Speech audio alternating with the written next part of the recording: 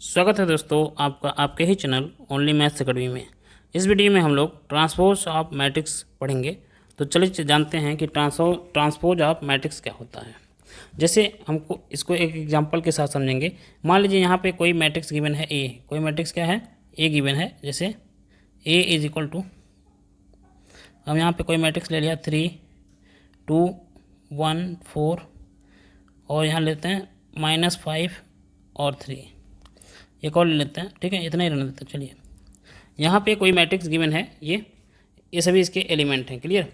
अब देखिए इसमें कितने, इसका ऑर्डर क्या है, इसका ऑर्डर है मतलब कितने रो हैं इसमें, 3 रो हैं और 2 कॉलम थे। तो इसका ऑर्डर कितना हो गया 3 × 2। अब क्या करें, इस मैट्रिक्स का जो रो है उसको कॉलम बना दें और जो कॉलम है उसको रो बना दें। इस तरह से कर देते हैं, मतलब रो और कॉलम का आपस में एक्सचेंज कर लेंगे। तो उसको बोलेंगे ट्रांसपोज ऑफ मैट्रिक्स। जैसे और ट्रांसपोज ऑफ मैट्रिक्स को हम लोग ए डैश या फिर ए टी से डिनोट करते हैं। जैसे इसका लिख रहे हैं ट्रांसपोज ऑफ, यहाँ पर लिखते हैं ट्रांसपोज ऑफ मैट्रिक्स ए, इसी को बोलते हैं ए डैश, या फिर इसको ए टी से भी हम लोग क्या कर लेते हैं, डिनोट कर लेते हैं। अब देखिए कितना होगा, ये पहला रो देख रहे हैं, पहले रो में है 3 और 2, तो इसको पहला कॉलम बना दिया। तो ये हो गया हमारा 3 और 2, पहले कॉलम बना दिया। अब दूसरा रो में है 1 4, तो इसको दूसरे रो में है 1 4, तो इसको दूसरा कॉलम बना दिया 1 4। अब देखिए तीसरा रो देखिए, इसमें है -5 और 3। ठीक है, थर्ड रो में -5 और 3 है, तो इसको थर्ड कॉलम बना दीजिए। तो यहाँ लिख दीजिए -5 और 3। क्लियर, यही हो गया हमारा ट्रांसपोज ऑफ मैट्रिक्स से। अब देखिए इसका ऑर्डर देखिए ध्यान से, तो यहाँ पे कितने रो हैं, 2 रो हैं और कितने कॉलम हो गए 3। अब पहले वाले मैट्रिक्स का देखिए कितना ऑर्डर था 3 × 2, तो इस वाले मैट्रिक्स का ऑर्डर भी चेंज हो जाएगा 2 × 2, 2 × 3 हो गया। पहले वाले मैट्रिक्स का 3 × 2 ऑर्डर था और इस मैट्रिक्स का हो गया 2 × 3। कहने का मतलब क्या, जब रो को कॉलम बना दें और कॉलम को रो बना दें तो उसे ही मैट्रिक्स का ट्रांसपोज कहते हैं। क्लियर। और इसे हम लोग ए डैश से या फिर ए टी से डिनोट करते हैं। अब हम लोग कुछ प्रॉपर्टियाँ जान लेते हैं कि प्रॉपर्टीज़ ऑफ ट्रांसपोज क्या होते हैं मैट्रिक्स के। तो चलिए उसको जानते हैं। तो चलिए देखते हैं properties of transpose of matrices, मतलब मैट्रिक्स के ट्रांसपोज का क्या क्या प्रॉपर्टी होता है।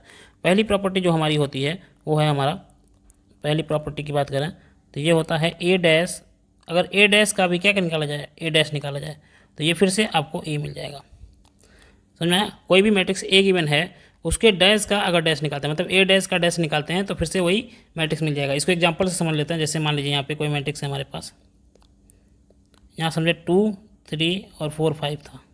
क्लियर।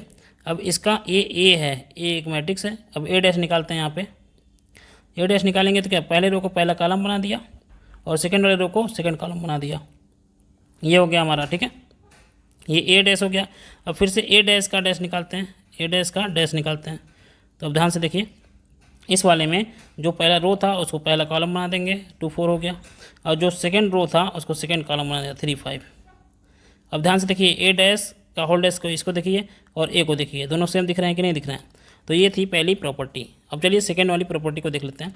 सेकंड जो हमारी प्रॉपर्टी होती है वो होती है के ए का whole dash is equal to K A dash.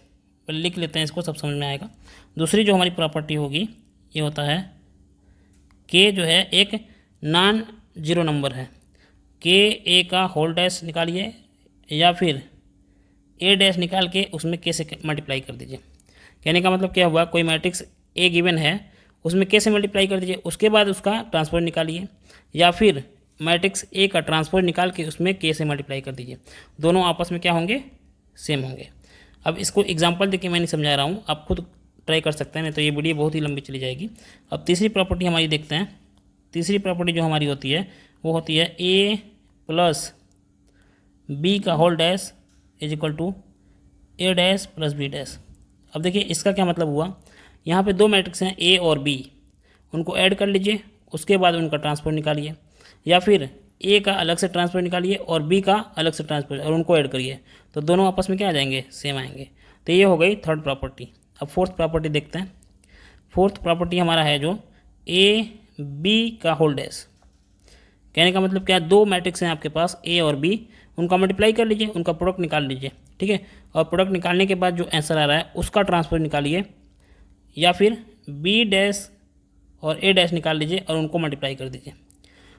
यहाँ पे फिर से समझते हैं, दो मैट्रिक्स हमारे पास था ए और बी, उनको हमने मल्टीप्लाई करके प्रोडक्ट निकाला और उस प्रोडक्ट का ट्रांसपोज निकाल लिए।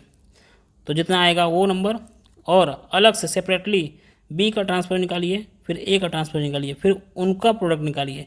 ये दोनों आपस में क्या आएंगे? सेम आएंगे। तो ये था हमारा properties of transpose of matrices.